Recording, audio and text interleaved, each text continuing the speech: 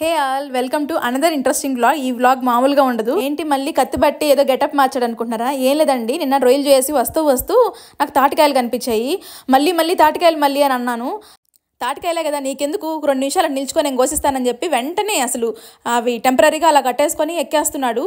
నాకైతే అండి అసలు ఎంత భయం వేసిందో. ఒక భయంకరమైన గాలి కొడుతుంది, ఒక పక్క ఏమో ఆ కాళ్ళది ఎక్కడ ఊడిపోద్దామో నాకు టెన్షన్ అనమాట. సో నేనైతే టెన్షన్ పడుతూనే ఉన్నాను, చాలు వచ్చి దిగు అని. మొత్తానికి అయితే మనోడు సేఫ్గా దిగేశాడు. సో మన మళ్ళీ టాలెంట్కి నా తరపున మీరందరూ కూడా లైక్ చేయండి. లిటరల్లీ మేము ఒక 3-4 ఇయర్స్ తర్వాత అనుకుంటా, నేను ఆల్మోస్ట్ తాటి ముంజలు తిన్నాను, కానీ ఒకసారి బెంగళూరులో తాటికాయలు అమ్ముతుంటే తిన్నాము. ఇట్లా మా ఊళ్ళో తాటికాయలు నేను చాలా సంవత్సరాలు అయిపోయింది అనమాట. ఆ సీజన్లో మేము రాలేకపోవడం వల్ల ఈసారి అయితే కరెక్ట్గా సీజన్కి వచ్చాము. సో మళ్ళీ టకటక నాకు కోసి అక్కడే వెంటనే ఇచ్చాడు, ఇక్కడే తినమ్మా బాగుంటుందని. అబ్బబ్బా అసలు ఏం ఆనందం అండి ఆ గాలిలో అక్కడ తింటుంటే. ఆ తియ్యంగా మార్నింగ్ బ్రేక్ఫాస్ట్ చేయలేదు, కడుపులోకి అలా చల్లంగా వెళ్తుంటే అసలు ఇంకా చెప్పలేము, వర్ణించలేము. అది అంత బాగుండింది.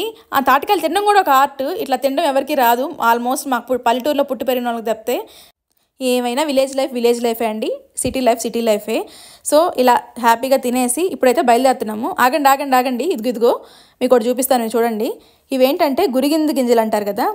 మామూలుగా దేవుడికి మంచిదనంటే ఇక్కడ నేను 10 రూపాయలు ఇచ్చి ఒక్కొక్కటి కొంటానండి. ప్రతి వారం, ప్రతి నెల మారుస్తూ ఉంటాను, బూజు పట్టిపోతాయని. ఇక్కడ చూడండి మాకు ఎలా ఉంటాయంటే గనియాల మీదనే ఇలా మొలుస్తాయి. అక్కడేమో మేము సిటీస్లో అంతంత రేట్లు పెట్టి కొంటాము. అంతేలేండి, నాలాంటి కొనే వాళ్ళు ఉంటే ఎంత రేట్ అయినా పెట్టి వాళ్ళు అమ్ముతారు, తప్పులేదు. ఇక్కడైతే వాటిని ఎవరు పట్టించుకోవట్లేదు. అలా ఉందన్నమాట. సో మీకు ఈ వీడియో నచ్చింది అనుకుంటున్నాను. మరిన్ని ఇంట్రెస్టింగ్ బ్లాగ్స్ కోసం stay tune to V3. By.